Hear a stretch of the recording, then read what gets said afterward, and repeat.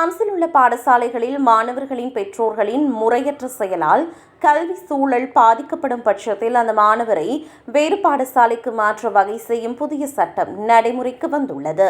இது தொடர்பான அரசாணை கடந்த புதன்கிழமை அதிகாரப்பூர்வ அரசிதழில் வெளியிடப்பட்டுள்ள நிலையில் இதற்கும் பல்வேறு தரப்பினரிடமிருந்து எதிர்ப்புகள் எழுந்துள்ளன. பாடசாலையின் இயல்பு நிலை அல்லது பாதுகாப்புக்கு பெற்றோரின் செயல் ஆபத்தாக அமைந்தால் பாடசாலை தலைவர் கல்வித்துறை அதிகாரிகளுக்கு இதுகுறித்து பரிந்துரைக்கலாம் என இந்த சட்டம் கூறுகிறது.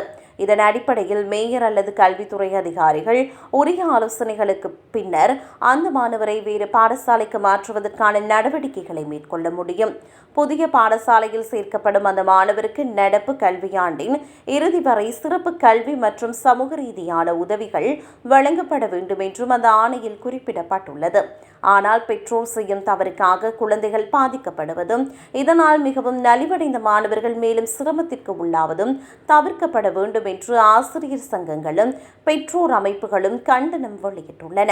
கல்வி அமைப்பின் தோல்வியையே இந்த நடவடிக்கை வெளிப்படுத்துவதாக சில சங்க தலைவர்கள் கவலை வெளியிட்டனர்.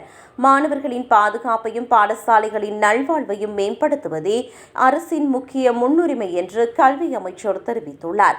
பெற்றோர்கள் கல்வி நிறுவனங்களுக்கு மதிப்பளிக்க வேண்டும் என்றும் பொறுப்புடன் நடந்து கொள்ள வேண்டும் என்றும் அரசு தரப்பில் தொடர்ந்து வலியுறுத்தப்பட்டு வருகிறது.